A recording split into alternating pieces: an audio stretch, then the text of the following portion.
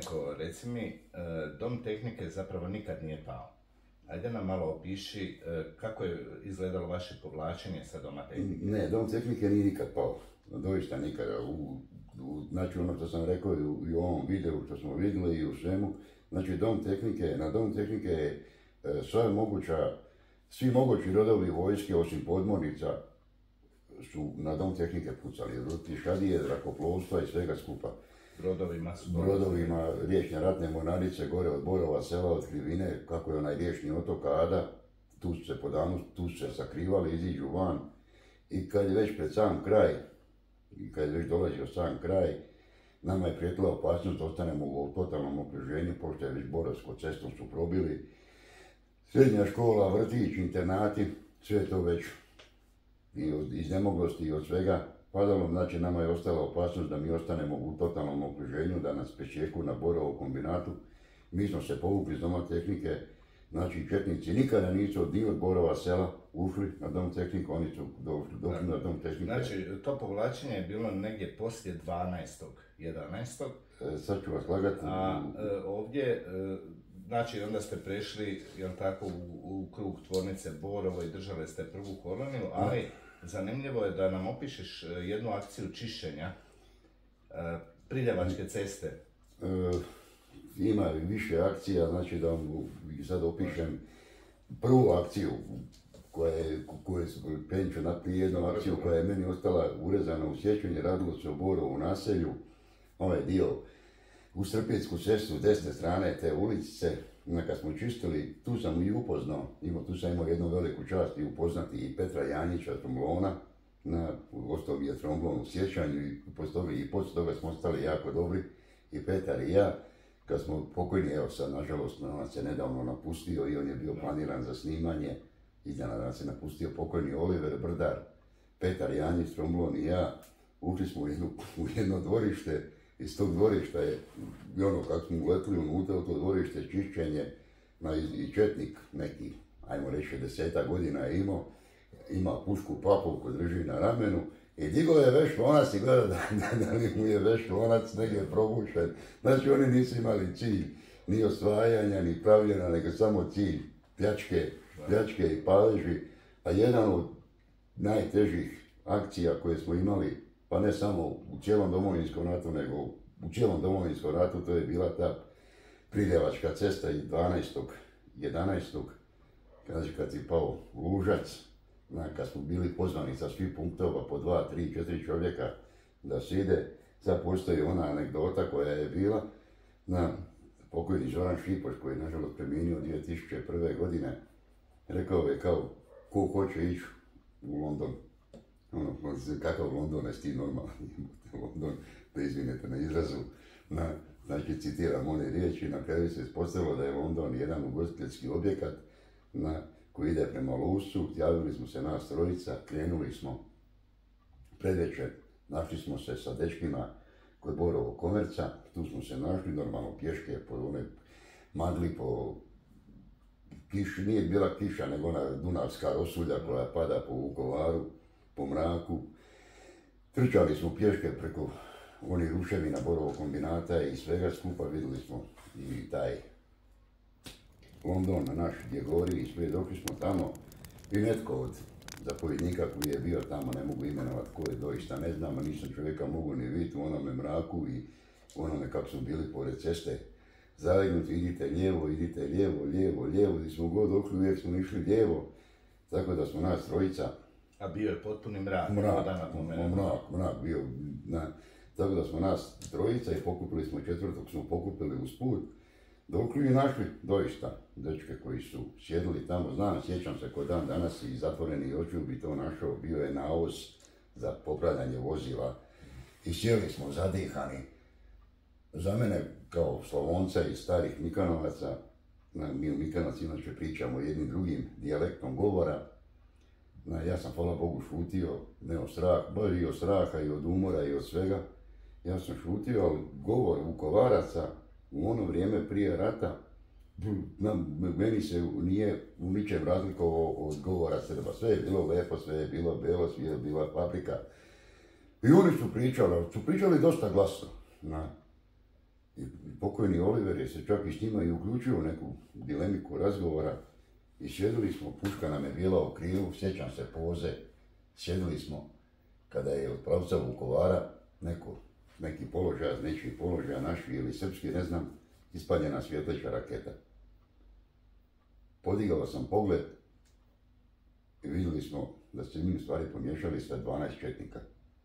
Razumijete, kako nam je puška bila u krilu, tako smo sakrivali oznaku Zbora narodne garde i svi smo mi imali krunicu oko desnog revera, skrivali smo oznaku i dizali pušku i to smo, dragom Bogu hvala, riješili. Taj smo položaj, nažalost, za dan već morali u 10, pola 11 se povući, jer bio je strahoviti napad, ali smo u tom trenutku došli i do znatne količine municije i naoružanja koje je u svakom pogledu bilo puno bolje i bolje kvalitete nego naše koje je već bilo. Nismo ni imali. Kraju, da.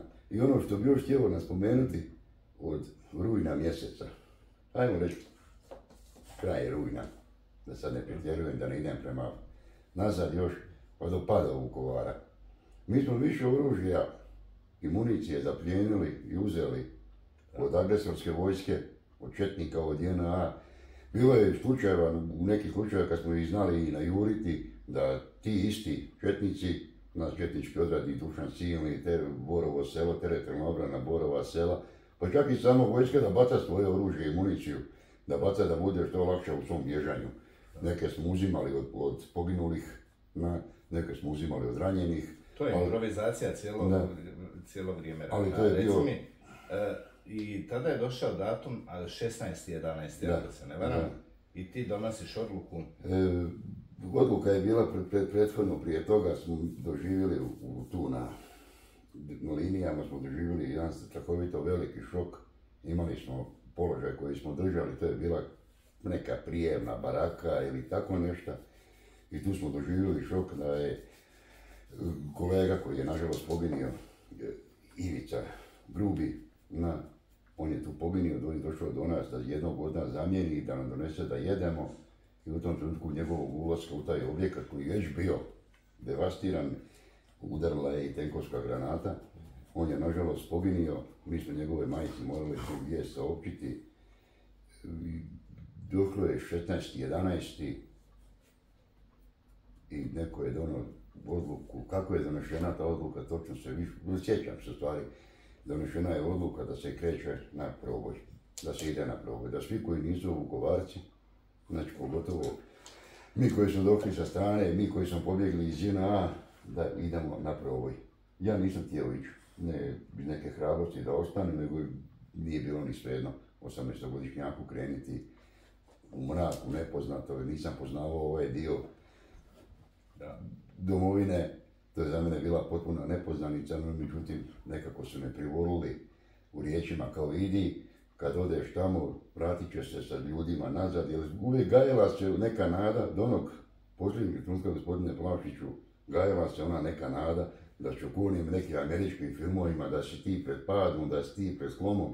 Ono jedan put se pojave naši dečki, mi to riješimo. I onda je rečeno kao idi, vratit će se sa našima nazad. I tako da sam krenuli. Krenuli smo, okupili smo se, krenuli smo. Vodio nas je jedan gospodin, on je vjerovatno sad već možda i mrtav, umro prirodnom smrću, tada je već imao 50 i neku godinu, našica je već trebao imati 80 i nešto. I ako je živ, ako bude gledao ovo, nek se javi, bit će mi osobito zadovoljstvo. Okupili smo se, bilo nas je 36, bio je jedan dio branitelja, nas je bilo u 6, bilo je nešto ranjenih, ostalo su bili sve civili. Okupili smo, rekao je čovjek, on će nas voditi, on će nas izvesti, pozna ovaj put, pozna ovaj atar. I ono što me posebno dojmilo, ta naša vjera u Boga, vjera u ljubav.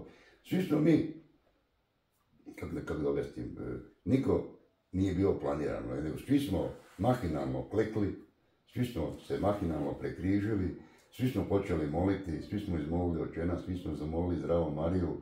Jedna gospođa koja je molila, to je bila najglasnija, ona je molila i tražila kao pomoć i u tom putu kojem idemo i krenuli smo. Znači, prije polaska u proboj, svi ste klekli i pomolili se i krenuli. Zatražili pomoć Božiju, krenuli u mrak, krenuli u nepoznato. Krenuli smo, bilo je negdje otprilike oko među 7, pola 8. Zašto smo u to doba krenuli? Na večer, znači večernji sati. Mrak je, zima je, hladno je i samim Srbima i agresorskoj vojsci, četnicima popušta koncentracija, znači oni više nisu koncentrirani ni na napad, ne boje se naših napada, oni sad kreću one svoje divljačke pohode, pljačku, palež, ubijanja, silovanja, to je bilo njihovo. Razumijete, mi smo iskoristili te njihove trenutke nepažnje i krenuli smo. Da smo išli jednim dijelom Borovog kombinata, prešli smo preko Vukovarsko-Piljevačke ceste, smo prešli, krenuli smo prema Luscu, tu smo uletili već u prvu vodu, u prve bare. Krenuli smo, sad čovjek je rekao, tu ispred nas postoji mali drveni mostić, ne znamo je li miniran, ne znamo li ima straža, nas trojica smo ušli prvi, hvala dragom Bogu, cijelim putem od Vukovara do pred samu malu Bosnu mi nismo ni jednog jedinog srpskog vojnika sreli, ni jednog jedinog četnika nismo sreli, ni na jedno jedino minsko polje nismo naišli. Kad smo izašli van iz Vukovara, kad smo prošli tu Bršadinsku šumu, Đergaj, tako. Dobro. Kad smo prošli Đergaj, htjeli smo krenuti normalno između Bršadina i Bogdanovaca, tu se čula rafalna paljba, tu se čula borba, da se puca. Znači čovjek je rekao da idemo gore prema Petrovcima, da probamo ili na Jankovce, ili da probamo na Vinkovce. Obišli smo Bogdanovce, znači Bogdanovci su nam bili desno, Petrovci, Negoslavci, ova sela okupirana na lijevoj strani. Krenuli smo kukuruzima, pred samu zoru došli smo na Kljunčaru, to je bila Pikova linija koja je vodila od Petrovaca prema Bogdanovcima. Nju smo prelazili pa jedno dobrih 3 sata smo nju prelazili. Taman krenemo naiđe traktor, taman krenemo naiđe auto, taman krenemo. Non stop je neko prolazio, kad su išla motorna vozila, to je bilo i Bože pomozi, a najteže je bilo kad naiđu sa zaprežnim kolima i konjima nikada prođu. A šta su prevozili toliko? Išli su u Bogdanovce u pljačku, okupirani dijelove Vukovara, su išli u pljačku. Znači to su bile sve 90%, bila su civilna kola. Mi nismo smjeli borbeno djelovati da ne bi otkrili svoje položaje, da ne bi otkrili ništa. Cijelim putem hoda prešli smo znači i tu Kljunčaru i Vuku i kanale i prelazili smo sve. Voda je bila nabujala, hladna. Ja. Vjerojatno nam je i te nabujali ti kanali, nabujala Vuka ili šta je. Vjerojatno nam je išlo i u susret da oni nisu ni sami se nadali da će možda neko tim putem preko tih nabujalih rijeka, kanala prelaziti. Znači, tako da možda nisu ni imali koncentraciju. Najgore nam je bilo jutro kad smo krenuli, kad je svanulo, kad smo krenuli, bio što sad? Sjediti u kukuruzu, čekati mrak ili hodati. Idemo polako. A avioni su nas, ne nas, nego avioni su nadletali, raketirali. Razumijete? I u jednom trenutku naletali su galebovi, jastrebovi, nisu bili migove. Pilot se ovako navio avionom. Mi su mislili da smo otkriveni, a vjerovatno nije bio Srbin, baš se nagio, vjerovatno nije bio Srbin, da možda nas je čovjek i primijetio, ispravio avion i otišao je, bilo nas je strah, doista nas je bilo strah da nas možda nije i vidio, snimio tim kukuruzima, ali nismo imali nikakvih problema, ali postoji ta anegdota jedna, koju nisam pričao do sada, pričao jesam, ali nisam javno. Drugu noć smo naišli negdje kod Marinaca, gladni, žeđ nam nije bila problem, ali glad je bio najveći neprijatelj, glad i umor. Naišli smo na polje kupusa. To je bilo kupusa, nogama smo taj kupus otkinuli, ko je imao nož, taj je bio dobar, ko nije imao ko ja. Otkinuli smo one gornje listove i one glavice smo glocali. Glocali smo sve do onoga dok nismo osjetili da nam je ovo sve izgorilo od one zime. Vani vlaga, vani hladno, kupus mokar. Mi smo to glocali, izglocali smo sve toliko da nas je ali u želcu je bilo barem nešto.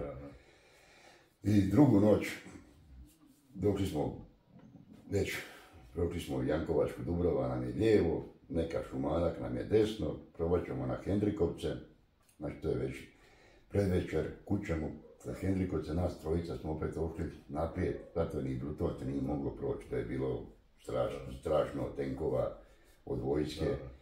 Odlučili smo kućemo sada, idemo prema Beogradskoj pruzi, kad dođemo na prugu, preko pruge nećemo, to znamo, ne smijemo, ali pruga će nam biti orijentir prema Vinkovcima, prema Maloj Bosni. Krenuli smo, nas dvojica smo hodali, prvi jedno 70 metara, 50-60 metara, do 80 metara iza nas su hodali civili.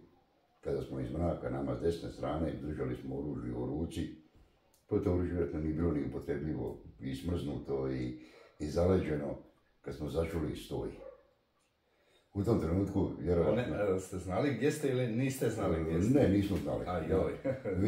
Vidjeli jesmo siluetu Vinkovačke bolnice dok je još bio dan, išli smo prema njoj, ali još uvijek smo na okupiranom području Republike Hrvatske.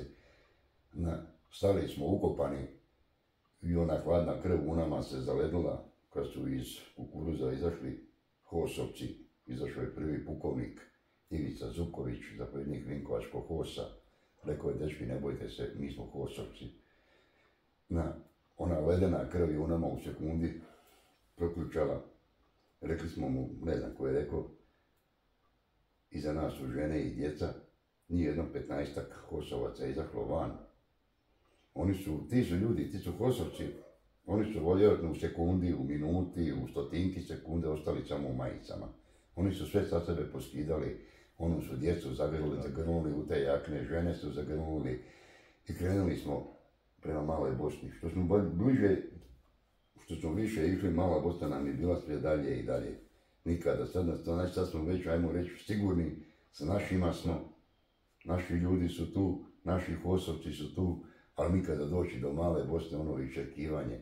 I onda u jednom trenutku dolazimo na asfaltni put. Prva kuća s desne strane, s lijeve strane, veliki, ogroman podrum. Otvara se podrum, tada me prvi puta nakon ne znam koliko dugo tjedana ona toplina nekog doma obasjala lice. Oni ljudi koji su bili budni, oni koji su spavali, oni su se svi poskakali, one pripadnice HOS-a, što je bilo žena u HOS-u, one su nas od nas zbrinule. Ja se sjećam, bio je neki stol, klupa, ja sam cijel i počeo sam plakat. Plakao sam i rekao sam samo hoću kući, rekao je odakle, čakajem iz Mikanovaca. Ljudi su me stavili u auto, odvezli kući, nisam se nikom javljao i taj dolazak kući, to je nešto što vjerojatno čovjek nikada se neće zaboraviti.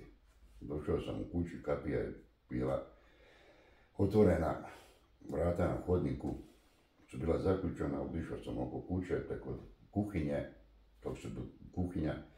ušao sam unutra, u kuhinju, iz kuhinje su vrata vodila dnevni boravak, ušao sam unutra, pokojni moj otac i majka spavali su na putnoj garnituri, mama je spavala na lijevoj strani, tata je spavao na leđima, pogledao sam na stol koji je bio meni s lijeve kod prozora, gorula je cvijeća i moja slika je bila blizu cvijeća. Došao sam do mame i uvatio sam jedno, mama, ništa. Mama se prodrmao, ona je otvorila oči, vrisnula, ja sam podigao tada pogled.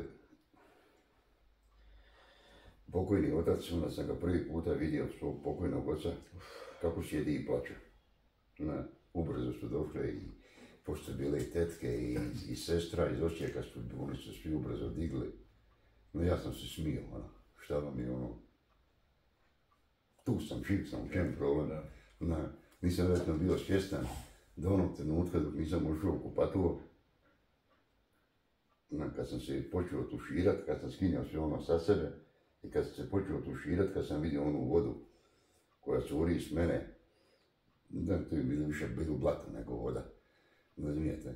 Jednostavno mene je tada uvatio neki strah, neka trema, sjeo sam u kadu, skupio sam glavu i noge i plakao, ne znam kome je digao iz kade, znam da su me digli iz kade, Otišao sam u sobu, u sobi sam 2 dana ležao, to je bio onaj osjećaj koji vjerojatno svi branitelji koji su istinski branitelji, onaj osjećaj straha, mira i one straha, one tišine koju doživljavaju kad dođu iz jednog pakla gdje su u sekundi padnu 100 granata i kad dođeš u Mikanovce u kojima nema ni putnjave, gdje čuješ ptice na grani, gdje čuješ ima struje, tišina, ima struje, ima vode, imaš televiziju, gledaš televiziju, nešto nezamislivo, nešto neopisivo, nešto što možda, ajmo reći, normalan čovjek